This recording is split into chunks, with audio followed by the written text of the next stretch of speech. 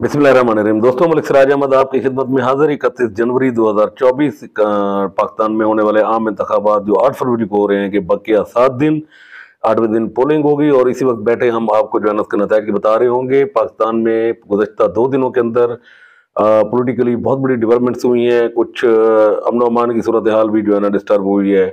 बानी chairman PTI, उनको cipher case के अंदर 10 साल सजा हुई और उसके बाद आज तोशाखाना केस में उनको 14 साल सजा हुई। और इद्दत जो केस है के दौरान निकाह का जो केस है वो भी आइंदा 1-2 रोज के अंदर उसका फैसला होने वाला है। तो बानी चेयरमैन पीटीआई जो है ना वो उनके तो तकरीबन जो पॉलिटिकल कैरियर इस वक्त तक जो सूरत हाल है वो ख़त्म समझे। आगे क्या होता है, अदालतों से रिलीफ कब मिलता है और उसके बाद वो दोबारा कब मेन स्ट्रीम पॉलिटिक्स के अंदर आते हैं, ये इस पे टाइम लगेगा थोड़ा सा। और अमन अमान की सूरत हाल के हवाले से भी हमारे सुबह बलूचिस्तान के अंदर भी अनरेस्ट हुआ। अफसोसनाक वाक़या हुआ कि डीजी खान के 3 नौजवान उसके अंदर भी शहीद हो गए। और हमारा आज केपीके के अंदर एक नौजवान उम्मीदवार थे, उनको भी दहशतगर्दी का निशाना बनाया गया। तो थोड़ा सा अमन अमान की सूरत हाल भी यहाँ पर डिस्टर्ब है। इलाकाई सियासत के हवाले से अगर हम गुफ्तगू करें तो डेरा गाजी खान के अंदर भी कुछ चेंजिंग हुई हैं। राजनपुर के हवाले से मेरे पास आज आपके पास एक अहम खबर है जो मैं आपको शेयर करूंगा आपके साथ। तो शुरू करते हैं हम डेरा गाजी खान एन ए 184 से। तो 184 पर जो मैच इस वक्त एनए का जा रहा है वो नेक टू नेक फाइट जा रही है। सरदार अब्दुल कादिर खान खोसा पाकिस्तान मुस्लिम लीग नून के, अली मोहम्मद रत्ता कलोल पाकिस्तान तहरीक इंसाफ के जो है ना नामजद उम्मीदवार। तहरीक इंसाफ के जो नामजद उम्मीदवार हैं उनकी कैंपेन में बेहतरी आई है। वो काफ़ी जो है ना इम्प्रूव किया उन्होंने। गो के वो अभी तक शायद उस नुक्ते पे या उस पॉइंट पे नहीं पहुंच सके जिसकी बुनियाद पे हम ये कह सकेंगे जी वो जीत जाएंगे, लेकिन बहरहाल कंपटीशन की फिजा उन्होंने बना दी है। सरदार अब्दुल कादिर खान खोसा पाकिस्तान मुस्लिम लीग नून, उनको बहुत ज़्यादा फोकस करना पड़ेगा अपने होम स्टेशन के ऊपर, अपने जो जीतने वाले पोलिंग है उनके ऊपर, और ख़ास तौर पर वो जहाँ पर उनको लीड पड़ सकती है वहाँ पर उनको और ज़्यादा मेहनत करने की ज़रूरत है। तो मजमूई तौर पर अब्दुल कादिर खान खोसा के लिए एक चैलेंजिंग इलेक्शन, एक ऐसा इलेक्शन जिसके अंदर उन्होंने बैक वक्त सरदार जुल्फ़िकार अली खान खोसा जो वो उनका वोट ब्रेक हो रहा है खोसा तुमन से, उसको भी चेक करना है उन्होंने। तुमन लोन से भी उन्होंने वोट लेना है और पीटीआई का भी उन्होंने मुकाबला करना है। तो ज़्यादा मुश्किल इलेक्शन मेरा ख्याल है सरदार अब्दुल कादिर खान खोसा के लिए। तवक्को नहीं कर रहे थे, लेकिन इस वक्त आकर थोड़ी सी फिजा कंपैरेटिवली तहरीक इंसाफ की बेहतर हुई है। सरदार जुल्फ़िकार अली खान खोसा का इलेक्शन में आना उनका गो के बहुत लेट फैसला था, लेकिन हो सकता है कि उनको उस तरीके से कामयाबी ना मिल सके जिसकी वो ख्वाहिश कर रहे हैं। लेकिन वो जितना ज़्यादा वोट लेंगे यकीनन इसका नुकसान सरदार अब्दुल कादिर खान खोसा को होगा और उसमें अली मोहम्मद रत्ता खलोल के चांसेस बढ़ सकते हैं। 286 यहाँ की पहली विंग सरदार सलाउद्दीन खान खोसा, पाकिस्तान तहरीक इंसाफ के सरदार फरद खान लुंड और आज़ाद उम्मीदवार सरदार जावेद अख्तर खान लुंड। सरदार जावेद अख्तर खान लुंड की ग्रिप अपने तुमन लुंड के ऊपर अभी भी बहुत अच्छी हालत में, बड़ा कंट्रोल किया हुआ है उन्होंने और उस पर लोग उनके साथ अभी तक इंटैक्ट खड़े हुए हैं। तो उनको हराना एक मुश्किल अमर होगा उनके लिए। सरदार सलाउद्दीन खान खोसा और फरद खान लुंड को बहुत मेहनत करने की ज़रूरत होगी, वगरना ये सीट सरदार जावेद अख्तर खान ले जाएंगे। इस वक्त फरद लुंड का पीटीआई का वोट बहरहाल बड़ा है और उसमें कमी नहीं हुई, नौजवान उनके साथ हैं, लेकिन जो बड़ी बिरादरियाँ बड़े घराने हैं लोग हैं वो इस वक्त तकसीम है सरदार सलाउद्दीन खान और सरदार जावेद अख्तर खान लुंड के दरमियान। तो फरद खान लुंड का आगे 2-4 दिनों में मजीद देखते हैं कि उनका वोट इम्प्रूव होता है या वो स्टिल इसी पोजीशन पे रहते हैं। तो अब चूंकि इलेक्शन कैंपेन भी अपने इख्तितामी मराइल की तरफ बढ़ रही है, तो बड़े इज्तिमात की सूरत में जिसकी शख्सियत का एक अच्छा इंप्रेशन होगा या जिसकी कैंपेन अच्छी होगी वो नजर आना शुरू हो जाएगी। हमारे पास 287 सरदार उसामा फयाज लगारी पाकिस्तान मुस्लिम लीग नून के उम्मीदवार, उनका मुकाबला है तहरीक इंसाफ के इखलाक बडानी के साथ।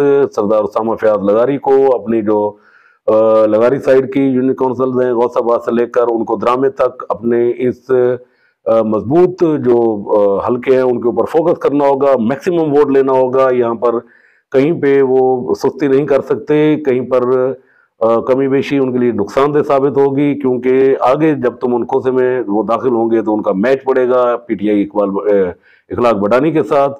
तो इखलाक बडानी को वहाँ के नौजवानों की हिमायत हासिल है, एक अच्छा मोमेंटम उन्होंने बनाया हुआ है। लेकिन अपनी ग्रुप वाइज और अपनी जो सियासी इलाकाई एडजस्टमेंट है उसके हिसाब से अब भी सरदार उसामा फयाज लगारी आगे हैं। उनको जीतने के लिए 12 लाख बढ़ाने को बहुत मेहनत करनी पड़ेगी और सरदार उसामा फयाज को वो यूनियन काउंसिल जहाँ पे उनकी जीत का मार्जिन ज्यादा होगा तो उनको उसके ऊपर फोकस करना होगा और मैक्सिमम वोट वहां से गेन करना होगा। अगर उन्होंने सुस्ती की तो उसके नतीजे बरक्स हो सकते हैं। हम आ जाएं इंदिरा गांधी खान कौमी असम्बली NA 185 के ऊपर। यहाँ पर सरदार महमूद कादर खान लगारी और मोहतरमा जरताज गुल वजीर, सरदार दोस्त मोहम्मद खान खोसा का मैच है। सरदार मोहतरमा जरताज गुल वजीर ने अपनी बेल कराई अदालतों से। वो कलमा चौक पहुंची इंदिरा गांधी खान शहर में, वहां उनके वर्कर सपोर्टर इकट्ठे हुए, उनके साथ एक मोमेंटम बना के जी वो आ गई हैं कैंपेन के अंदर। लेकिन गुज़श्ता अगले 1-2 दिन के अंदर उनकी कोई एक्टिविटी इतनी ज़्यादा नज़र नहीं आई। और लेकिन इस दौरान सरदार दोस्त मोहम्मद खान अपने जो ग्रुप और सपोर्टर्स हैं उनके मुसलसल प्रोग्राम कर रहे हैं और सरदार महमूद कादर खान लगारी के साथ भी एक भरपूर इलेक्शन मुहिम जारी है। उनके जलसे, उनकी नई शमूलियतों का सिलसिला जारी है और बड़ा टेम्पो रखा हुआ है उन्होंने भी अपने NA 185 के ऊपर। तो बड़ा नेक टू नेक बड़ी क्लोज फाइट होने जा रही है। लेकिन यह है कि जिस तरीके से जलसों का रुझान देख रहे हैं और शमूलियतों का सिलसिला देख रहे हैं तो मुझे लगता है कि सरदार दोस्त मोहम्मद खान को और मोहतरमा जरताज गुल को बहुत ज़्यादा मेहनत करनी पड़ेगी अपनी पोजीशन को मजीद मुस्तहकम करने के लिए। अदरवाइज जो महमूद कादर खान लगारी हैं बहरहाल उनको एक एज हासिल है इस वक्त आगे होने का। PB 288 के ऊपर मैच पड़ा हुआ है सैयद अब्दुल अलीम शाह, मलिक इकबाल साकिब एडवोकेट और हनीफ खान पिताफी के दरमियान। हनीफ खान पिताफी की टीम बड़ी अग्रेसिव, बड़ा मोरल हाई। सैयद अब्दुल अलीम शाह साहब कोसा ग्रुप और अपनी जो टीम है उनके साथ कम्बिनेशन बनाकर वो इलेक्शन लड़ रहे हैं। यकीनन वो भी एक बड़ी मजबूत एक पॉलिटिकल स्ट्रेटजी के साथ चल रहे हैं और मलिक इकबाल साकिब एडवोकेट को यकीनन पाकिस्तान तहरीक इंसाफ के नौजवानों का और सपोर्टर्स का वोट पड़ रहा है। तो इसमें इस वक्त बज़ाहिर दौड़ के अंदर जो आगे नजर आ रहे हैं वो हनीफ खान पिताफी नजर आ रहे हैं, लेकिन उनके बहुत क्लोज चल रहे हैं सैयद अब्दुल अलीम शाह साहब और उनके भी क्लोज जो चल रहे हैं वो साथ मलिक इकबाल साकिब एडवोकेट हैं। तो बड़ा शहरी हल्के हैं, day by day situation very करती है इसके ऊपर कि भी कौन ऊपर हो रहा है कौन नीचे हो रहा है। आए रोज शमूलियतें टूटना बिखरना तो उसमें बड़ा फर्क पड़ता है। इसमें 289 के ऊपर 3 हरीफ तहरीक इंसाफ के सरदार अहमद अली खान दरीक शेख, आज़ाद उम्मीदवार सरदार महमूद कादर खान लगारी और पाकिस्तान पीपल्स पार्टी के सरदार दोस्त मोहम्मद खान खोसा, वही रिवायती हरीफ तो आमने सामने। कौमी असम्बली के ऊपर भी इनका मैच है, 289 के ऊपर भी इनका मैच है।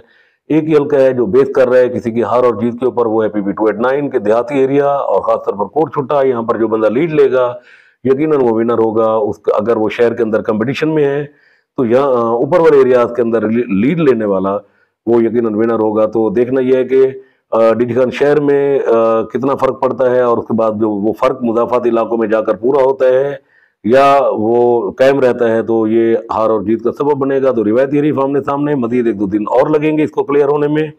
उम्मीद यह है कि 5-6 तारीख तक ये सूरत हाल क्लियर हो जाएगी कि कौन सा उम्मीदवार बड़ी वाज़ेह पोजीशन वाज़ेह अंदाज में इलेक्शन जीत रहा है। NA 186 सरदार मोहम्मद खान लगारी का तहरीक इंसाफ की हिमायत के ऐलान के बाद तहरीक इंसाफ के अंदर एक मोमेंटम आया, जोश बढ़ा और जो सरदार मोहम्मद खान लगारी ग्रुप के लोग थे उन्होंने प्रोग्राम देना शुरू किए। अब भी सूरत हाल वहाँ पर यही है कि तहरीक इंसाफ ने एक उनको तकबीयत तो मिली सरदार मोहम्मद खान की इस अनाउंसमेंट के बाद। क्या सवाल यह है कि लगारी साइड जो है, जो लगारी कबाइल है, वो खाली इस अनाउंसमेंट के बाद और फिर लगारी और गैर लगारी के दरमियान वो जो फर्क है जो हमेशा रखा जाता है, जो शहबाज शरीफ इलेक्शन के अंदर वादे हुआ था, तो उसमें कितना वोट ले जाएंगे मारसजा चीना, डिपेंड करता है लगारी ट्राइब्स के ऊपर। अगर वहां से वोट तकसीम होता है देन इनकी कामयाबी के चांसेस हो सकते हैं, लेकिन अगर वहां पर सिर्फ लगारी कास्ट को वोट पड़ता है तो फिर सरदार अवैध खान की जीत को यकीनी समझें। 290 मैच पड़ा हुआ है यहाँ पर। सरदार सैफुद्दीन खान खोसा, सरदार इसामुद्दीन खान खोसा, मारसजा चीना, सरदार मोइनुद्दीन खान खोसा की कैंपेन कर रहे हैं। खोसा ग्रुप प्लस सरदार मोहम्मद खान लगारी का ग्रुप प्लस PTI तो उसमें ये ग्रुप है और दूसरे उनके मद्दे मुकाबिल सरदार अवैध खान लगारी हैं, पाकिस्तान मुस्लिम लीग नून के उम्मीदवार।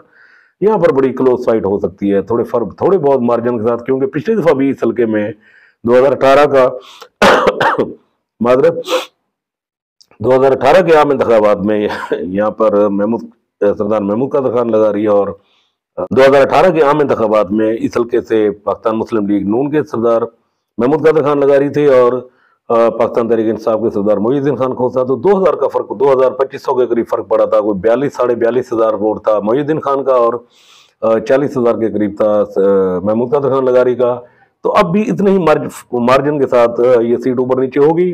देखना यह है कि यहाँ पर कौन विनिंग होता है। 291 के ऊपर सरदार अहमद खान लगारी versus Faheem Saeed Changwani versus Pakistan Peoples Party के रमजान कादिर प्रोग्राम कर रहे हैं। लेकिन इस वक्त जितने नए प्रोग्राम हो रहे हैं वो ज़्यादा अक्सरियत उनमें सरदार अहमद खान लगारी की है, वो काफ़ी आगे जा रहे हैं। फहीम सईद चंगवानी भी वोट लेंगे, जो पीटीआई का नजरियाती एक वोट वहाँ पर मौजूद है, वो ज़रूर लेंगे। लेकिन वो दोनों वोट इस सूरत में नहीं है कि वो इलेक्शन जीत सके। तो यकीनन यहाँ पर सरदार अहमद खान लगारी की जो जीत है वो बड़ी यकीनी है। अब आ जाए, मैं राजनपुर की जो बात कर रहा था आपसे, कि राजनपुर के अंदर मेरे पास आपके लिए खबर है, और वो ये है कि PPNA 189 रुझान मदारी वाली जो नशिस्त है, वहाँ पर पाकिस्तान मुस्लिम लीग नून के उम्मीदवार सरदार रियाज खान मदारी हैं और आज़ाद उम्मीदवार सरदार शमशेर खान मदारी हैं, और पाकिस्तान तहरीक इंसाफ ने अनाउंस किया था सरदार जैद महमूद खान मदारी का।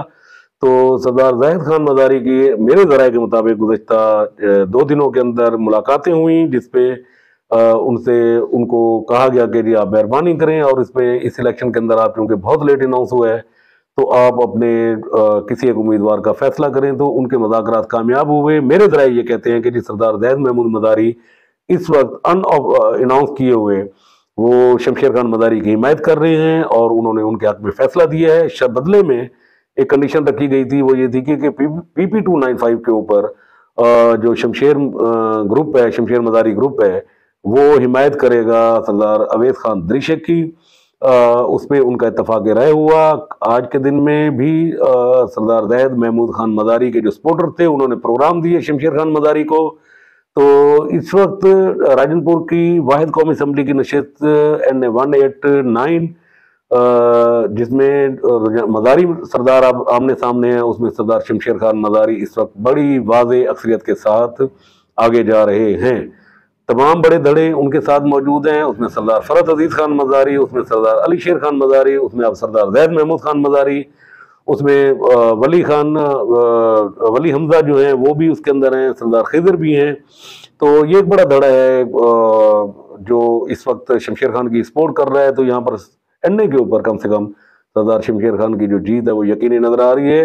NA 188 अगर उसके पीछे आए तो डॉक्टर हफीज दरिशक बिलाशुबा ये सीट जीत जाएंगे। बड़ा आसान हदफ होगा उनके लिए सरदार अहमद अली दरिशक को विन करना। गो के PTI की रेजिस्टेंस होगी, वोट जरूर पड़ेगा, लेकिन वो इस वोट इस काबिल नहीं है कि बज़ाहिर जो है ना, जो अब तक के हालात नजर आ रहे हैं वहाँ पर कहीं पर डॉक्टर हफीज दरिशक लूज कर जाएं। तो NA 187 from the very first day, NA Rajanpur 1 की जो हम बात कर रहे हैं, सरदार अमर खान लगारी की यकीनी जीत है। इसके मुकाबले में आतिफ खान मदारी या उनका जो मुखालिफ ग्रुप है वो सियासी तौर पर तकसीम है, डिस्टर्ब है, इंतशार का शिकार है, सूबाई नशिस्तों के ऊपर भी फैसले नहीं हो सके। यहाँ पर सिर्फ एक नशिस्त है जिसमें अर्बन एरिया के अंदर मैच पड़ सकता है, और वो है PP 293 सरदार शेर अली खान गुरचानी वर्सेज मिर्जा शहजाद हुमायूं, जिनको मोहतरमा मीना जाफर लगारी साहब की सपोर्ट हासिल है। और उसी के साथ ही एक और उम्मीदवार है मिर्जा यासर मुबीन। होना तो ये चाहिए था कि इनमें से एक मिर्जा यासर या इनमें से कोई एक उम्मीदवार बैठ जाता। बहरहाल मिर्जा शहजाद की अच्छी पॉपुलैरिटी है, लेकिन सरदार शेर अली खान का भी एक अपना ग्रुप है, एक अपनी वर्थ है, दोस्तों के साथ नून लीग के टिकट के साथ वो पूरी जान मार रहे हैं और बड़ा क्लोज फाइट तवक्को की जा रही है इस हल्के के अंदर। हो सकता है कि कोई अनइवन रिजल्ट भी आ जाए यहाँ पर, लेकिन इस वक्त तक सरदार शेर अली खान की ग्रिप यहाँ पर बड़ी मजबूत है। 292 जो थी इस हल्के की नशिस्त, वहाँ पे सरदार शेर अफगान खान गुरजानी यकीनन उनकी इस वक्त तक जीत के अंदर कोई अमर माने नहीं है, वो जीत जाएंगे बड़े आसानी से। 294 सरदार परवेज इकबाल खान गुरजानी बहुत अच्छी पोजीशन में है अर्बन एरियाज के अंदर, फाजिलपुर शहर के अंदर, और एक दो यूनियन काउंसिल है उनके अंदर उनको मुश्किलात का सामना हो सकता है। डिपेंड ये कर रहा है कि वो पहाड़ से कितनी लीड लेकर नीचे आते हैं, और देखना यह है कि वो लीड आया कि इसको अगर कहीं शहर में लीड पड़ गई तो उसको वो किस तरीके से कवर करेंगे। 295 उसमें फारूक अमानुल्लाह दरिशक और जुगन खान का मैच है। बड़ी क्लोज फाइट है, बड़ी क्लोज फाइट है, बहुत क्लोज चल रहे हैं और बड़े थोड़े मार्जिन के साथ यहाँ पर हर जीत का फैसला होगा। तो ये डेरा गाजी खान और राजनपुर को हमने डिस्कस किया। चलते चलते मैं तौसा की बात करूंगा कि तौसा में बड़ा मोमेंटम मिला है। पाकिस्तान तहरीक इंसाफ को। उसमें जो ख्वाजा शिराज हैं उन्होंने बड़ा मूव किया है, बड़ी बूस्ट हुई है उनकी कैंपेन।